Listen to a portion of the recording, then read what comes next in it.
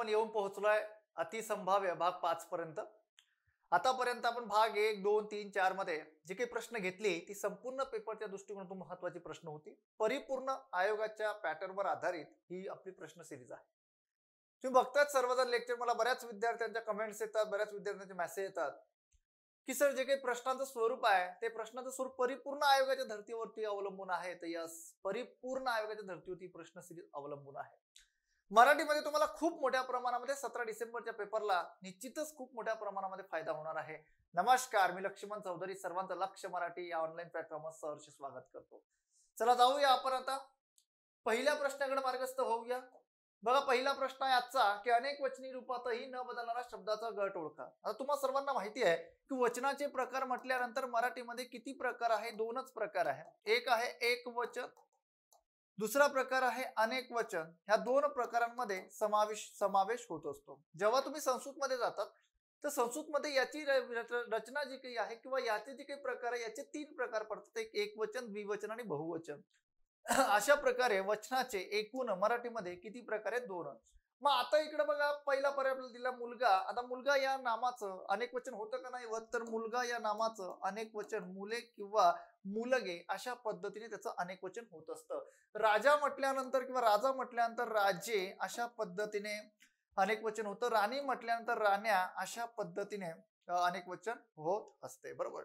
म्हणजे सांगण्याचा उद्देश काय आहे? बरोबर, सांगण्याचा उद्देश एकच आहे की पहिला जो पर्याय आलेला आहे तर पहिला पर्याय म्हणजे काही ठिकाणी तुम्ही बघितलं असेल की राणी या नामाचं अनेक वचन न करता किंवा त्या पद्धतीने काही ठिकाणी काही बोली भाषांमध्ये तो शब्द तशा पद्धतीचा प्रचलित आहे. पण सर्वात महत्वाची गोष्ट काय की सांगण्याचा उद्देश एक आहे की व्याकरणामध्ये ह्या पर्यायाचं अनेक वचन होत असते. आपल्याला प्रश्न विचारलेला आहे की गटात न बसणारा शब्दांचा गट ओळखा.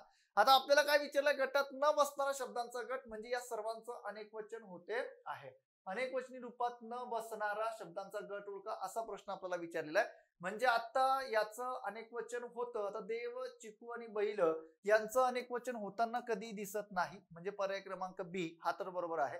3 नंबरचा काय? उंदीर, कागद, दगड. आता कागद म्हटल्यानंतर, उंदीर म्हटल्यानंतर, दगड म्हटल्यानंतर तुम्ही एका उंदराचा उल्लेख करा का अनेक उंदरांचा उल्लेख करा तर उंदीर हे उंदीरच राहतं, त्याच्यामध्ये बदल होत नाही. कागद एक घ्या का अनेक घ्या, बरोबर, त्याच्यामध्ये बदल होत नाही. दगड एक घ्या का अनेक घ्या, ही दगड उचलून घे आणि हा दगड उचलून घे. म्हणजे आपल्या दैनंदिन जीवनामध्ये आपल्या बोली भाषेमध्ये या सर्व गोष्टींचा परिणाम आपल्याला म्हणजे होताना आपल्याला दिसतो किंवा आपण त्याचा वापर आपल्या दैनंदिन जीवनामध्ये करत असतो. म्हणून या सर्व कन्सेप्ट क्लिअर करा मित्रांनो. म्हणून तिसरा पर्याय सुद्धा बरोबर त्या गटामध्ये बसत नाही. अनेक वचनी रूपातही न बसणारा म्हणजे त्या तिसऱ्या गटामध्ये एक वचन अनेक वचन तेच होतं, त्या पद्धतीने त्याच्यामध्ये बदल होत नाही. म्हणून तिसरा पर्याय सुद्धा चुकीचा आहे. पक्षी, गहू, पूजा हा सुद्धा तसाच पर्याय आहे. म्हणजे याचं उत्तर यायला पाहिजे बी, सी, डी. बरोबर, पर्याय क्रमांक 3 हे त्याचं योग्य उत्तर आहे. हा प्रश्न किंवा अशा प्रकारचा प्रश्न 2022 ला तुम्हाला संयुक्त गट मुख्य परीक्षेच्या पेपरला विचारलेला होता. म्हणून त्यावर आधारित मी दुसऱ्या प्रकारची उदाहरणं घेऊन, दुसऱ्या प्रकारची पर्याय घेऊन ती रचना तिथं केलेली आहे आणि अशा पद्धतीचा प्रश्न होता. म्हणून प्रश्न क्रमांक 1 चं उत्तर पर्याय क्रमांक 3 आहे. पुढे बघा, आता रडत राऊत हा सामासिक शब्द बऱ्याच जणांसाठी नवीन असणार आहे. आता जो 5 नोव्हेंबरला संयुक्त गट ब मुख्य परीक्षेचा पेपर पार पडला त्या पेपरमध्ये समासावरती जे काही प्रश्न विचारलेले होते तर समासामध्ये त्या पेपरमध्ये विचारलेल्या प्रश्नाचं स्वरूप थोडं वेगळ्या पद्धतीचं होतं आणि आयोग काय करताय आता की अशा पद्धतीचे प्रश्न विचारताय आणि तिथं नेमकं तुम्ही कन्फ्यूज होतायत आणि तुम्ही कन्फ्यूज झाले तर मार्कांवरती याचा परिणाम होतो आहे. मी जास्त नाही बोलत, तुम्हाला आता 40 मार्क्स मिळत असतील पण आपल्याला पोहोचायचं आहे जो संयुक्त गट क चा मुख्य परीक्षा पेपर जो आहे त्याच्यामध्ये जे काही मराठी असणार आहे तर ते 60 प्रश्नांपैकी मिनिमम आपल्याला 55+ मार्क्स तिथं आपल्याला घ्यायची आहेत. विषय संपला. 55+ स्कोर यायला पाहिजे. तर खरंच काय सर? तर यस, 55+ स्कोर तिथं यायलाच पाहिजे.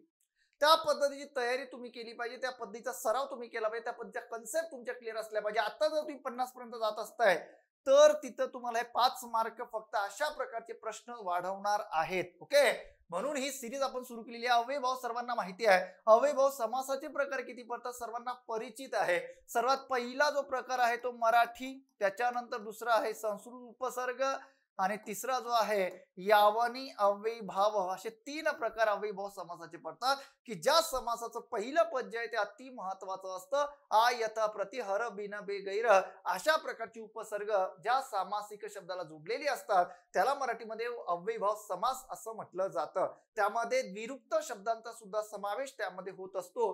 अशा प्रकारची रचना त्यामध्ये समाविष्ट होत असते.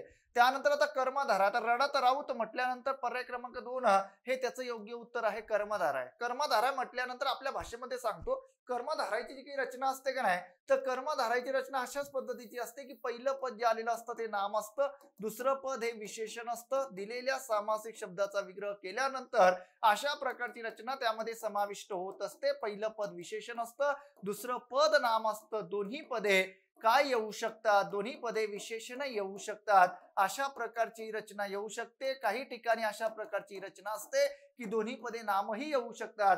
म्हणजे आता याच्या व्यतिरिक्त कर्मधारा आहे तत्पुरुष मध्ये बऱ्याचशा गोष्टी आहेत. कारण की थोर व्याकरणकार मोरो केशव दामले यांनी आपल्याला कर्मधारा तत्पुरुषचे बरेचसे प्रकार सांगितले. तत्पुरुष समासाचे नाही बोलत मी, कर्मधारा तत्पुरुषचे बोलतोय. मग आता इकडं आपल्याला जे महत्वाचं परीक्षेच्या दृष्टिकोनातून तेवढं मी तुम्हाला सांगतो. आता रडत राऊत म्हटल्यानंतर इकडं जर आपण बघितलं तर यामध्ये सुद्धा रचना त्याच पद्धतीची आलेली आहे की पहिलं पद जे काय आलेलं ते विशेषण आलेलं आहे, दुसरं पद जे काय आलेलं आहे ते नाम आलेलं आहे. म्हणून याची रचना जी काही आलेली आहे कर्मधारा तत्पुरुष अशा प्रकारचं त्याचं पर्याय क्रमांक 2 हे उत्तर आहे. मग सर आता हे सामासिक शब्द आम्ही कुठनं अभ्यासायचे?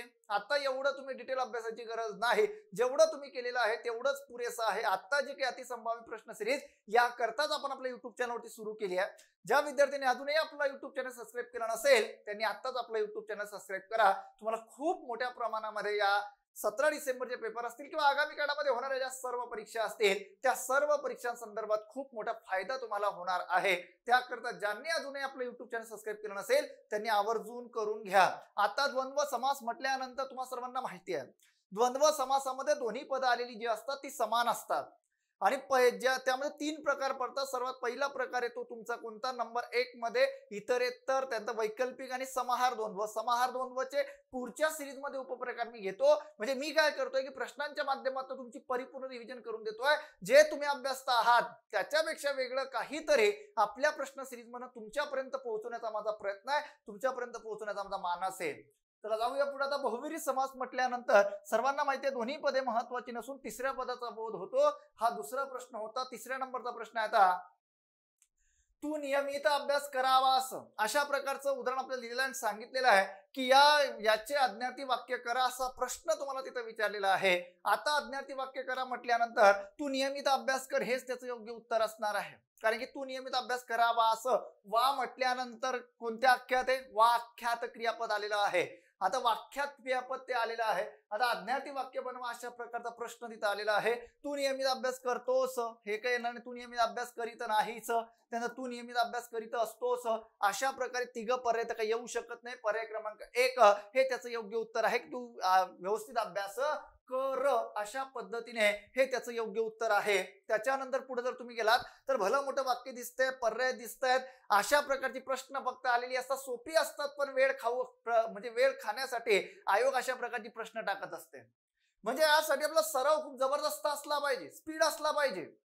मग आता आपल्याला काय सांगितलं की आधीच्या सर्व परीक्षांचा अभ्यास केला, बरं मग पुढं काय झालं की पुढील परीक्षांच्या अभ्यासातही वाढ होत गेली, होणारच आहे. कारण की आधीच्या परीक्षेच्या सर्व परीक्षांचा त्याने काय केलाय उत्कृष्ट पद्धतीचा अभ्यास केलाय. त्याच्यानंतर जर तुम्ही पुढे गेलात तर याचं काय बनवायचं सांगितलं संयुक्त वाक्य. आजचा जो डिपार्टमेंटल PSIचा पेपर झाला 10 डिसेंबरला, 10 डिसेंबरच्या पेपरमध्ये सुद्धा जी प्रश्न जास्तीत जास्त विचारताना दिसलेली आहे ती 3 प्रश्न वाक्यांच्या प्रकारावरती विचारलेली होती. पेपर कोणताही असू द्या, कोणत्याही पेपरमध्ये वाक्यांच्या प्रकारावरती प्रश्न येतो म्हणजे येतो. इथं आता संयुक्त वाक्य यावरती प्रश्न विचारलेला आहे. मग आता आपल्याला पहिला पर्याय दिलाय की पुढील परीक्षांच्या अभ्यासात वाढ होत गेली कारण संयुक्त वाक्य म्हणजे तुम्हाला सर्वांना माहिती आहे संयुक्त वाक्य म्हणजे काय की जे आपलं उभयान्वयी अव्यय आहे त्या उभयनी अव्ययामध्ये जे काही 2 प्रकार आहे, सर्वात पहिला प्रकार तो म्हणजे प्रधानत्व आणि दुसरा जो प्रकार आहे तो म्हणजे गौणत्व. प्रधानत्व मध्ये जी काही रचना आलेली असते प्लस प्लस असते, म्हणजे पहिल्या वाक्याचा अर्थ दुसऱ्या वाक्यावरती अवलंबून राहण्याची गरज नसते. त्यामध्ये 4 प्रकारांचा समावेश आहे, समुच्चय, विकल्प, परिणाम आणि न्यूनत्व. या 4 प्रकारांमध्ये येणारं जे काही वाक्य असतं ते प्रधानत्व. प्रत्येक वाक्य हे संयुक्त वाक्य असतं. म्हणून कारण त्यामध्ये येत नाही, कारण हा समाविष्ट होतो गौणत्वामध्ये. दुसरा पर्याय आपल्याला दिलेला होता, पहिला तर काही येऊ शकत नाही. दुसरा पर्याय दिलेला होता, आधीच्या सर्व परीक्षांचा अभ्यास केला त्यामुळे. यस, बरोबर आहे. परिणाम बोधक उभयनी अव्ययाचा समावेश इथं झालेला आहे. त्यामुळे काय झालं, पुढील परीक्षांच्या अभ्यासातही वाढ होत गेली. अगदी बरोबर आहे. तिसरा पर्याय आपल्याला दिलेला होता, आधीच्या सर्व परीक्षांचा अभ्यास केला म्हणून पुढील परीक्षांच्या अभ्यासातही वाढ होत गेली, म्हणून म्हटल्यानंतर हे सुद्धा परिणाम बोधक आलेला आहे. म्हणजे दोन्हीच्या दोन्ही जे काही पर्याय आलेले आहेत, ही दोन्हीच्या दोन्ही पर्याय अगदी बरोबर आहे संयुक्त वाक्याची. पर्याय क्रमांक 4 होता, जेव्हा म्हटल्यानंतर विषय संपला, नाही येऊ शकत. फक्त बी आणि सी बरोबर आपल्याला विचारलं संयुक्त वाक्य कसं होईल, म्हणून पर्याय क्रमांक 3 हे बरोबर आहे. 5 नंबरचा प्रश्न आहे बघा आता. होय, हाच तो माणूस मला सांगणार आहे वाक्याचे प्रश्नार्थी वाक्य रूप ओळखा. हा प्रश्न 2022 ला विचारलेला आहे संयुक्त घटक मुख्य परीक्षेचा. हाच प्रश्न विचारला असताना पॅटर्न हा होता. म्हणजे फक्त वाक्यांचे प्रकार कसे आहेत किंवा वाक्यांच्या प्रकारांची विभागणी कशी असते एवढं माहिती असून चालत नाही. त्याचं रूपांतरण वेगवेगळ्या पद्धतीने केलेली प्रश्न आपल्याला सध्याच्या कंडिशनला विचारले जात आहेत. पहिला पर्याय आपल्याला दिला की तुला सांगणारा हाच माणूस आहे, तर काही येऊ शकत नाही. वाक्यरचने शेवटी प्रश्न चिन्ह असलं पाहिजे, प्रश्न केल्याचा बोध झाला पाहिजे, अशा प्रकारची रचना त्यामध्ये समाविष्ट होत असते. काय, हाच तो माणूस तुला सांगणारा, यस, काय प्रश्नचिन्ह आलेला आहे. त्याच्यानंतर नंबर 2 मध्ये हाच तो माणूस तुला सांगणारा प्रश्नचिन्ह आलेला आहे. म्हणजे पर्याय क्रमांक 2 हे अगदी बरोबर आहे. प्रश्नामध्ये जे आपल्याला विचारलेलं आहे ते संपूर्ण गोष्टी यामध्ये समाविष्ट आहे. त्याच्यानंतर पुढे गेला, सांगणारा माणूस हाच आहे, हे चुकीचं आहे. त्यानंतर हा सांगणारा माणूस आहे, हे पण चुकीचं आहे. फक्त पर्याय क्रमांक 2 या प्रश्नामध्ये याचं उत्तर आहे. त्याच्यानंतर पुढचा 6 नंबरचा प्रश्न आहे, कार्यकर्त्यांनी सभेत शांतता राखावी. आता हा जो काही प्रश्न विचारलेला आहे हा आख्यातावरती विचारलेला प्रश्न आहे. अशा प्रकारची प्रश्न सध्याच्या कंडिशनला आयोग विचारत आहे. आता इथं आहे की कार्यकर्त्यांनी सभेत शांतता राखावी म्हटल्यानंतर या वाक्याचा अर्थानुसार प्रकार कोणता. आता वाक्य जे काही आलेलं आहे सर्वात पहिल्यांदा ते होकारार्थी, हे आपल्याला सर्वांना निदर्शनास येते. ते बघितल्यानंतर लगेच दिसते वाक्य होकारार्थी. मग होकारार्थी वाक्यामध्ये पुढे काय आलेलं आहे, अधिक होकारार्थी. चला, डन तर झालं, नकारार्थी तर काही येऊ शकत नाही, 2 पर्याय तर गेले. मग आता आज्ञार्थ आहे का विद्यार्थी आहे, विद्यार्थी आहे का आज्ञार्थी आहे. म्हणजे आता इथं विद्यार्थी म्हटल्यानंतर विद्यार्थीची काही रचना असते, जे विद्यार्थी क्रियापदाची रचना किंवा विद्यार्थी वाक्याची जी काही रचना आलेली असते ती वाक्यात असते. म्हणजे क्रियापदे वाक्यात आलेलं असतं. वा, वि, वे आपल्या भाषेमध्ये लक्षात ठेवा, अशा प्रकारची प्रत्यय जुडलेली असतात. मग आता इथं काय जुडलेली आहे, वी जुडलेली आहे. म्हणजे क्रियापद जे काही ते विद्यार्थी आहे, वाक्यात क्रियापद आहे, म्हणून आता रचना आहे, त्याचं उत्तर येणार आहे होकारार्थी विद्यार्थी. अशा पद्धतीची रचना तिथे आलेली असते. त्याच्यानंतर पुढे जर गेला तर आता ह्याच उदाहरणाची रचना जर अशा पद्धतीने राहिली असते की कार्यकर्त्यांनी जर अशा पद्धतीने त्याची रचना केली असती, कार्यकर्त्यांनी सभेत शांतता राखा अशा पद्धतीने जर त्याची रचना झाली असती तर त्याचं उत्तर आलं असतं पर्याय क्रमांक 1. कारण की इथं वाक्य होकारार्थी आणि तिथं आज्ञा केलेली आहे, म्हणून अशा पद्धतीने जशी रचना बदलली तसा वाक्यांचा प्रकार बदलतो. चला जाऊया पुढच्या प्रश्नाकडे. म्हणून याचं उत्तर सर्वांना समजलं, पर्याय क्रमांक 3. त्याच्यानंतर 7 नंबरचा प्रश्न काय सांगतोय, सौरभी एमपीएससीचा अभ्यास चांगला करील. ओके, याचं रीती भूतकाळामध्ये म्हणजे रीती भूतकाळ वापरून रूपांतरण कसे होईल असा प्रश्न आपल्याला विचारलेला आहे. आता तुम्हाला हे माहिती असणं गरजेचं आहे, भूतकाळ म्हटल्यानंतर किंवा काळ म्हटल्यानंतर जिथं आपले क्रियापदाचे जे अर्थ आहे किंवा आख्यातांचे जे काही रूप आहे त्या आख्यातांची रूप आपल्याला माहिती असावीत. आता आख्यातांची रूप किती आहे, 7 आहे. ती 7 कशा पद्धतीची आहेत सांगून देतो. एक पहिला जो आहे तो म्हणजे वर्तमान काळ, दुसरा जो येतो तो म्हणजे भूतकाळ, तिसरा जो येतो तो म्हणजे रीती भूतकाळ आणि 4 नंबर मध्ये जर तुम्ही गेलात, रीती भूतकाळ 4 नंबर मध्ये जर तुम्ही गेलात तर नंबर 4 मध्ये हा रीती भूतकाळ झाल्यानंतर वर्तमान काळ, भूतकाळ, रीती भूतकाळ, त्याच्यानंतर भविष्य काळ, हे 4 जे काही आपले काळांवरती अवलंबून आपल्या आख्यातांची रूप आहेत. त्याच्यानंतर पुढे जर तुम्ही गेलात तर आज्ञार्थ येतं, इकडं जर आलात तर विद्यार्थी येतं आणि संकेतार्थ येतं. अशा प्रकारे एवढ्या 7 प्रकारांमध्ये आख्यातांची रूप समाविष्ट आहे. म्हणजे जर आपण बघितलं तर वर्तमान काळामध्ये प्रथमतः आख्यात, ताख्यात, ओके. त्याच्यानंतर भूतकाळ म्हटल्यानंतर लाख्यात, त्याच्यानंतर रीतिभूतकाळ म्हटल्यानंतर ई आख्यात आणि भविष्यकाळ म्हटल्यानंतर ई लाख्यात, त्याच्यानंतर आज्ञार्थी म्हटल्यानंतर ऊ आख्यात, विद्यार्थी म्हटल्यानंतर वा आख्यात आणि संकेतार्थी म्हटल्यानंतर द्वितीयता आख्यात. अशा प्रकारे एकूण 7 प्रकारांमध्ये आपले जे काही आपले संपूर्ण जे काही आख्यातांची रूप आहे ती अशा पद्धतीने विभागलेली आहेत. मग आता आपल्याला प्रश्न काय विचारलाय, रीती भूतकाळाचं रूप कशा पद्धतीने तुम्हाला वापरायचं आहे. आता पहिला पर्याय की सौरभ हिने एमपीएससीचा चांगला अभ्यास केला, लाख्यात येऊ शकत नाही. बरोबर, कारण की आपल्याला सांगितलेलं आहे रीती भूतकाळ. रीती म्हणजे काय की ज्या वाक्यरचनेमध्ये आलेली जी काही रचना असते ती सातत्याने घडत असते, अशा प्रकारची रचना इतर रीती भूतकाळामध्ये येत असते. मग आता बघा ना की इकडं रीती भूतकाळामध्ये पर्याय क्रमांक 1 येऊ शकत नाही. सौरभ हिने, आता हे दोघं पर्याय एकच झाले आहे म्हणून हा सुद्धा येऊ शकत नाही. दुसरा येऊ शकत नाही. सौरभ ही एमपीएससीचा अभ्यास चांगला करी म्हटल्यानंतर भूतकाळाचा बोध होतोय आणि भूतकाळामध्ये क्रिया सातत्याने घडते. मग जिथं सातत्य येते आहे तिथं लक्षात असू द्या भूतकाळातलं सातत्य आलं म्हणजे पर्याय क्रमांक 3 ते रीती भूतकाळाचं उदाहरण आहे. आता फक्त पोरांना एवढंच माहिती होतं आतापर्यंत की जेव्हा अशा प्रकारचं क्रियापद आलेलं असेल किंवा अशा प्रकारच्या वाक्याची रचना आलेली असेल त्याला तुम्ही काय म्हणा, तर त्याला तुम्ही रीती भूतकाळ म्हणा. पण त्याच्या पुढे जाऊन आता आयोग प्रश्न विचारणार आहे. अशी ह्याच पॅटर्नची प्रश्न 2022 ला विचारलेली प्रश्न आहेत. म्हणून अशा पद्धतीच्या प्रश्नांचा सराव आपला असावा. आजचा जो पेपर झाला त्याच्यामध्ये अशाच प्रकारच्या क्रियापदाचा प्रश्न विचारलेला होता म्हणून आता पुढे तसाच विचारला जाणार, त्याची शाश्वती नाही. समजलं का? अशा पद्धतीने प्रश्न कॉम्पिटिशन खूप आहे. आजच्या पेपरला कॉम्पिटिशन कमी होती कारण की त्यांच्यामध्येच ती स्पर्धा होती. म्हणजे जे पोलीस बांधव होते, डिपार्टमेंटल PSI पूर्व परीक्षेचा पेपर होता, त्यांच्यामध्येच ती कॉम्पिटिशन होती. आता इकडे जे की डायरेक्टचे पेपर होतात त्याच्यामध्ये कॉम्पिटिशन खूप जास्त असते. सौरभ ही एमपीएससीचा अभ्यास चांगला करत असावी, येऊ शकत नाही म्हणून पर्याय क्रमांक 3 त्याचं योग्य उत्तर आहे. 8 नंबरचा प्रश्न बघा, ओझ या शब्दाचा अर्थ. अशा प्रकारची 3 ते 4 प्रश्न सध्याच्या कंडिशनला आयोग जास्तीत जास्त विचारते कारण की या शब्दांचा आपल्याला माहिती नसतो अर्थ. आता हाच प्रश्न विचारला गेलाय का सर? हाच प्रश्न विचारला नाही, पॅटर्न हाच होता. ओझ म्हणजे काय? तेज, बळ, वेग आणि पाणी या 4 शब्दांचा अर्थ त्यामध्ये समाविष्ट होत असतो. ओके, म्हणून पर्याय क्रमांक 2 हे त्याचं योग्य उत्तर आहे. ओके, अशा पद्धतीने आपण जर पुढे गेलो तर या सर्वच्या सर्व गोष्टी आपल्याला कळतात, या सर्वच्या सर्व गोष्टी आपल्याला समजतात. बघा 9 नंबरचा प्रश्न आहे की अनिश्चित सर्वनाम वाक्यात येऊन कुणासाठी आलेले आहे? काही निश्चित नसते.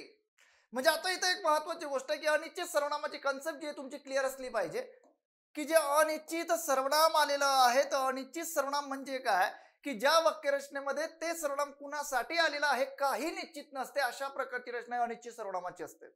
एक महत्वाची गोष्ट, ज्या वाक्यरचनेमध्ये कोण आपल्या भाषेमध्ये लक्षात ठेवता येईल, आपल्याला समजेल अशा पद्धतीची रचना, की अशा पद्धतीने कोण व काय अशा पद्धतीची प्रश्नार्थक सर्वनामे तिथे आलेली असतात पण वाक्याच्या शेवटी प्रश्न चिन्ह येत नाही. अशा प्रकारची रचना ही अनिश्चित सर्वनामाची असते. कसली असते? अनिश्चित सर्वनामाची असते. आता याचं नाव तुम्ही सर्वांनी ऐकलं असेल, सामान्य सर्वनाम म्हणूनही त्याची ओळख आहे. ओके, सामान्य सर्वनाम म्हणूनही त्याला ओळखलं जातं. पण वाक्यात कोण व काही प्रश्नार्थक सर्वनाम येऊन वाक्याच्या शेवटी प्रश्नचिन्ह येते. आता बघा अशा पद्धतीने हे जे काही आहे दुसरं स्टेटमेंट चुकीचं आहे. पहिलं बरोबर आहे का? अनिश्चित सर्वनाम वाक्यात येऊन कुणासाठी आलेले काही निश्चित नसते, हे पहिलं स्टेटमेंट बरोबर आहे. म्हणजे अशा प्रकारचे प्रश्न विचारले जात आहेत. म्हणजे जो काही संदर्भ आलाय, जे काही वाक्य आलेलं आहे त्याचा पूर्वार्ध बरोबर आहे, उत्तरार्ध चुकीचा आहे. म्हणून आता पर्याय क्रमांक कोणता येणार आहे की विधानाचा पूर्वार्ध बरोबर आहे, हे त्याचं योग्य उत्तर असणार आहे. नंतर नाही वाचलं काही फरक पडणार नाही. हा 9 नंबरचा प्रश्न होता. 10 नंबरच्या प्रश्नाकडे चला. पुढे दिलेल्या समानार्थी शब्दांच्या पर्यायातून समानार्थी नसलेल्या शब्दाचा अचूक पर्याय ओळखा. आता आपल्याला इथे विचारलेला काय प्रश्न आहे? समानार्थी शब्दांचा नसलेल्या शब्दाचा अचूक पर्याय आपल्याला विचारलेला आहे. समानार्थी शब्दाचा नसलेला पर्याय आपल्याला विचारलेला आहे. बघा आता कीर्ती आहे, गाजावाजा आहे, ख्याती आहे, हे एकमेकांना समानार्थी शब्द आहे. त्याच्यानंतर पुढे आहे अस्करा, औसाप आणि अशकारा, हे सुद्धा एकमेकांना समानार्थी शब्द आहेत. त्याच्यानंतर प्रसिद्धी म्हटल्यानंतर हा शब्द कुणासाठी आलेला आहे, इकडे आलेला आहे. आपल्याला नसलेला विचारलेला आहे, उल्हास आणि आनंद हे एकमेकांना समानार्थी आहे, पण हे दोघं शब्द याला समानार्थी नाही, बरोबर ना. म्हणून पर्याय क्रमांक सी हा येऊ शकत नाही. त्याच्यानंतर संतोष, प्रमोद आणि मोद हे सुद्धा कुणाला समानार्थी आहे, तर या गटामध्ये आलेले सर्वच्या सर्व आनंदाला समानार्थी आहे. म्हणून पर्याय क्रमांक सी फक्त त्याचं एकटंच उत्तर येणार आहे. कारण की आपल्याला 4 पर्याय दिलेत ना, मग 4 पर्यायामध्ये सांगितलेलं आहे की कोणत्या पर्यायामध्ये समानार्थी शब्दांचा गट आलेला नाही, असा प्रश्न आपल्याला तो विचारलेला आहे. कारण की आयोग अशा पद्धतीचे प्रश्न विचारते आहे, आपल्याला वेळ खूप कमी असतो, मग अशा पद्धतीने आपल्याला तो विचार करत पुढे जावं लागतं. म्हणून या प्रश्नाचं उत्तर जे काही आलेलं आहे ते फक्त सी बरोबर, म्हणजे पर्याय क्रमांक 4 हे त्याचं योग्य उत्तर आहे. अशा पद्धतीने अशा प्रकारच्या शब्दांचा प्रश्नांचा सराव आपला असला पाहिजे. 11 नंबरचा प्रश्न आहे, खालीलपैकी अनुस्वारयुक्त चुकीचा गट ओळखा. अनुस्वार कुठे चुकीचा देण्यात आलाय?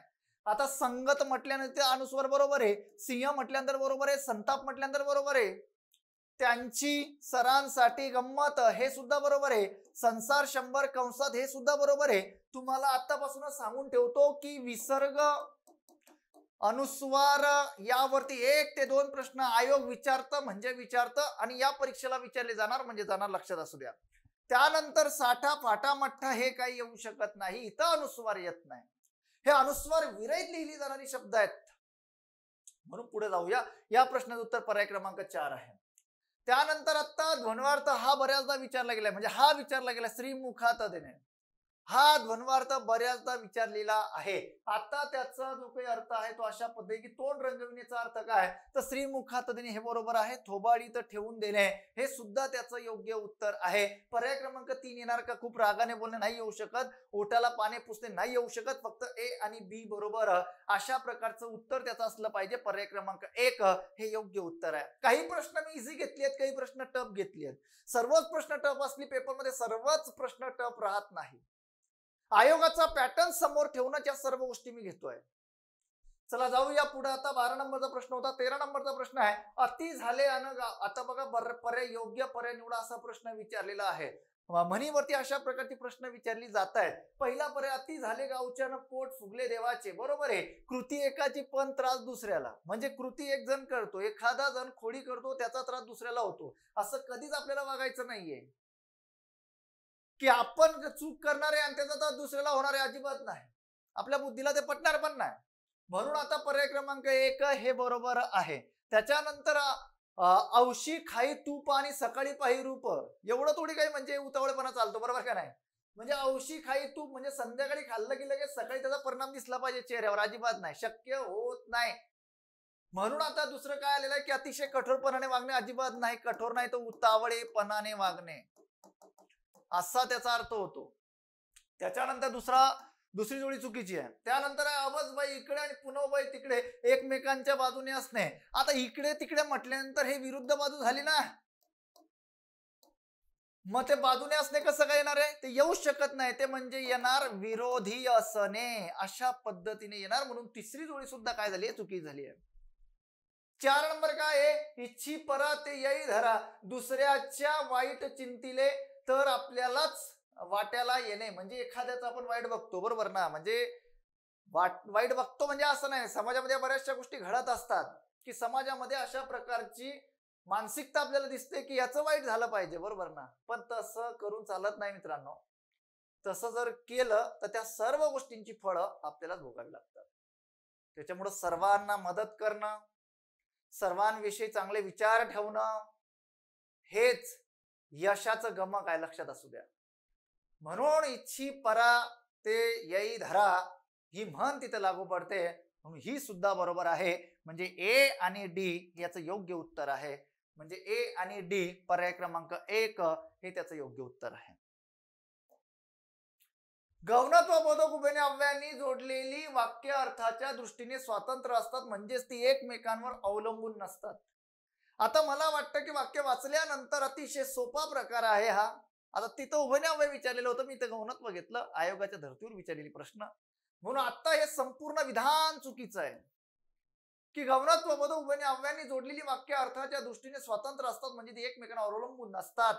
आता ती एकमेकांवर अवलंबून असतात अशा पद्धतीचं हे स्टेटमेंट आहे. आणि दुसरी महत्वाची गोष्ट, ती स्वतंत्र नसतात, ती असतात नाही तर नसतात, अशा पद्धतीची रचना असते. म्हणून संपूर्ण विधान इथं चुकीचं आलंय. हा 14 नंबरचा प्रश्न होता. 15 नंबरचा प्रश्न, जोड्या जुळवा.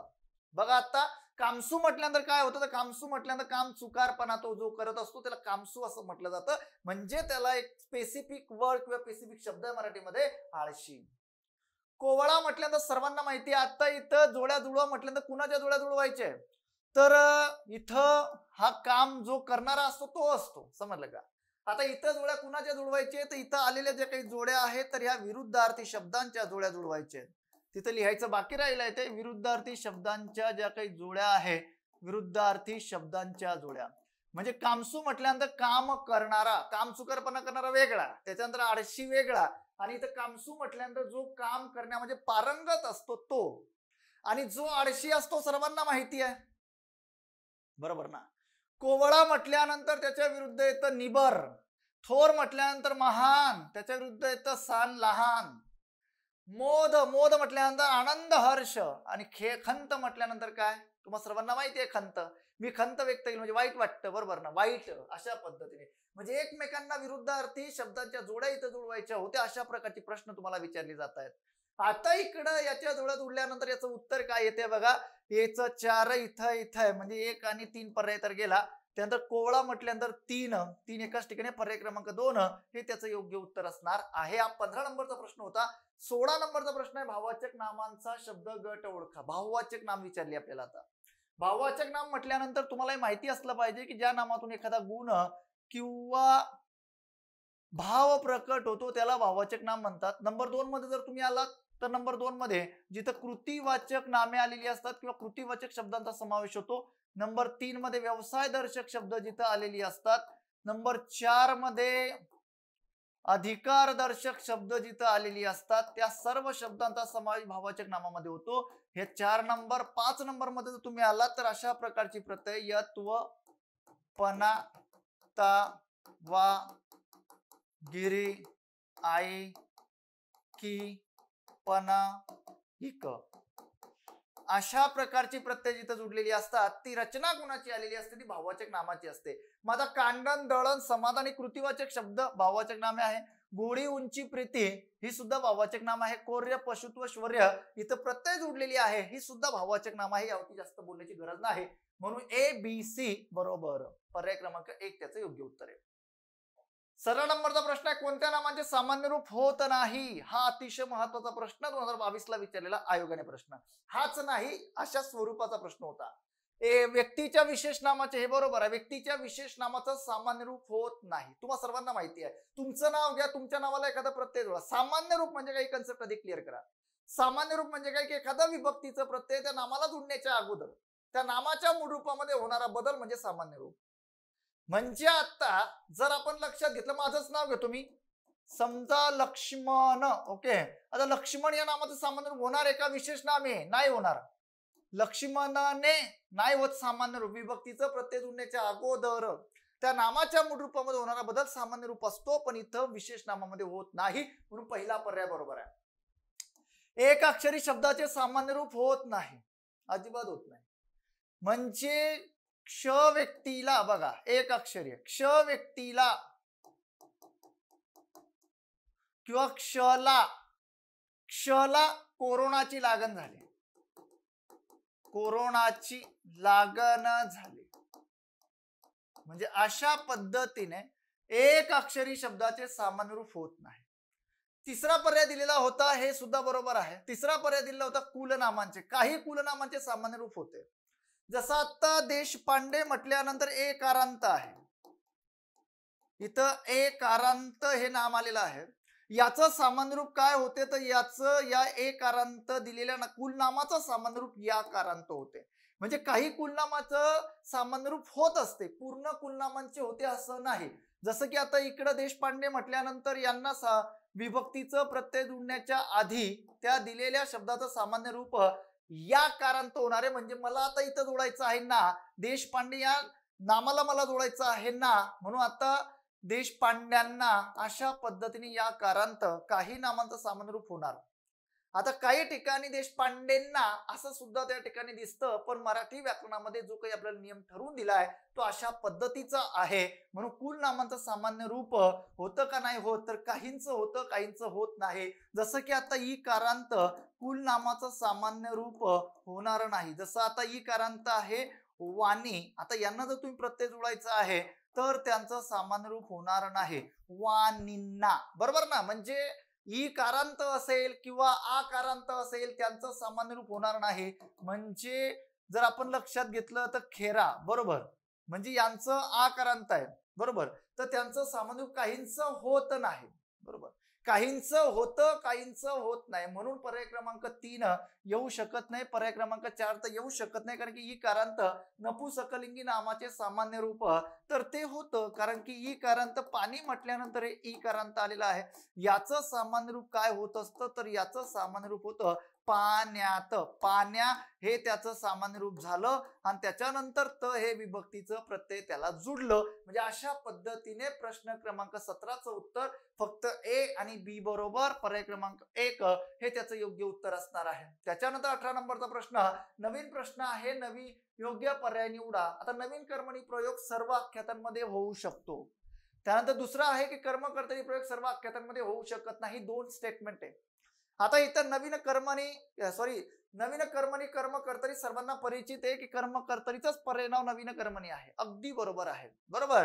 मग आता यामध्ये सर्वात महत्वाची गोष्ट काय आहे की समजून घ्या की आता थोर व्याकरणकार दादोबा पांडुरंग तर्खडकरांनी याला एक स्वतंत्र पद्धतीचा प्रकार सांगितलाय, कारण की हा इंग्रजीतील ऍक्टिव्ह व्हॉइस पॅसिव्ह व्हॉइस वरती परिपूर्णपणे अवलंबून आहे.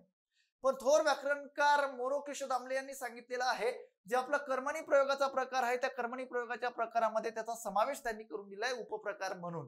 मग आता जर आपण बघितलं तर हे दोघंच्या दोघं जे काही आलेले आहे तर याचा पर्याय क्रमांक 2 जो काही चुकीचा आहे. आपल्याला विचारला योग्य पर्याय निवडा, फक्त ए बरोबर आहे. का? कारण की नवीन कर्मणी प्रयोग सर्व आख्यातांमध्ये होऊ शकतो. यस, हे त्याचं उदाहरण, त्याचा पुरावा मी समोर दिलेला आहे बघा. आता हा प्रयोग, हा नवीन कर्मणी समोर तुम्हाला दिसत असेल.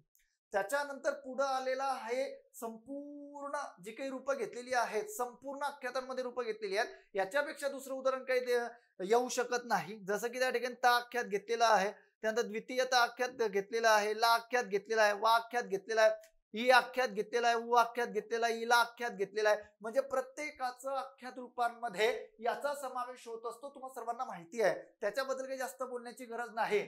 जर त्याच्या बाबतीत जर आपण लक्षात घेतलं तर त्याच्या बाबतीत लक्षात घेतल्यानंतर नवीन कर्मणीमध्ये जे काही आलेलं असतं त्यामध्ये कडून शब्द यावं त्याला जोडून आलेलं असतं. काही प्रकारांमध्ये, काही उदाहरणांमध्ये कर्ता अध्यारूत असतो, कर्ता फक्त तिथे गृहीत धरलेला असतो. म्हणजे अशा प्रकारच्या गोष्टी त्यामध्ये समाविष्ट असतात. क्रियापद हे संयुक्त क्रियापद असतं. म्हणजे या काही गोष्टी ज्या आहेत ना त्या त्यामध्ये समाविष्ट आहेत. त्याचा पुरावा मी तुमच्या समोर मांडलेला आहे, जेणेकरून परीक्षेच्या दृष्टिकोनातून या सर्व गोष्टी खूप महत्वाच्या आपल्याला ठरत असतात. आता पुढे जर बघितलं की सामान्य नामांचा शब्द गट ओळखा. सामान्य नाम म्हटलं सर्वांना माहिती आहे की ज्या नामाला ओळखण्यासाठी फक्त या 2 गोष्टी एकत्र ठेवाव्या लागतात, एकच जात आणि त्याच्यानंतर समान गुणधर्म. या 2 गोष्टी त्यामध्ये फक्त समाविष्ट होतात. याला सामान्य नाम असं म्हटलं जातं की ज्याची जात एक असते आणि समान गुणधर्म एक असतात. अशा प्रकारची रचना त्यामध्ये आलेली असते. जसं की आता लेखनी, पुस्तक आणि पर्वत हे तिघच्या तिघ सामान्य नाम आहेत. यस. त्याच्यानंतर पर्याय क्रमांक 2 काय आहे, पाटील, हिम्मत, गाव. आता पाटील म्हटल्यानंतर विशेष नाम आहे, हिम्मत म्हटल्यानंतर विशेष नाम आहे, बरोबर.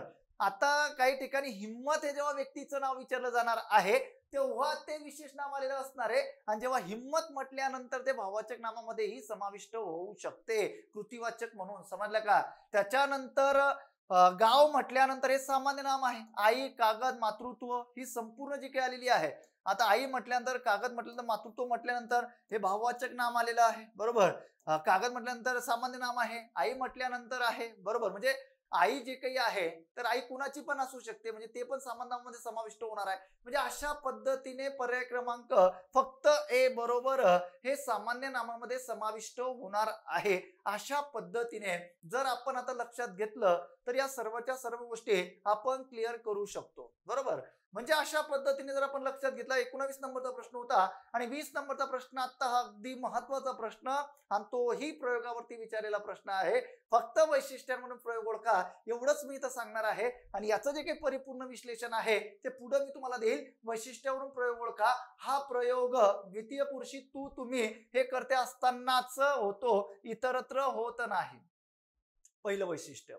दुसरं वैशिष्ट्य आहे की हा प्रयोग आकर्मक व सकर्मक या दोन्ही प्रकारात होतो. यस, आकर्मक मध्ये पण होत असतो, म्हणजे आकर्मक मध्ये पण होतो, सकर्मक मध्ये पण होत असतो.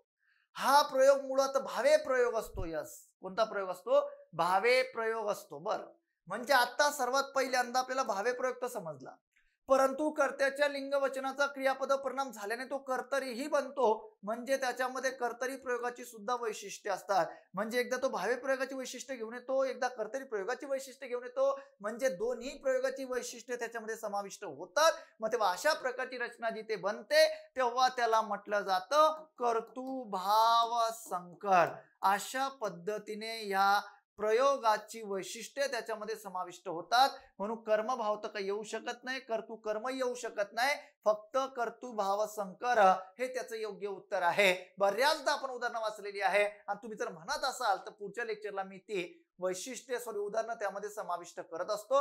अगदी आता 17 डिसेंबर जवळ आलेली आहे आणि आपले संपूर्ण लेक्चर तुम्ही सर्वजण बघताय. खूप मोठा फायदा तुम्हाला पेपरसाठी होणार आहे. ओके, असं आजचं सर्व समावेशक 20 प्रश्नांचं विश्लेषण होतं. इथं मी थांबतोय. सर्वांना धन्यवाद. जय हिंद, जय महाराष्ट्र.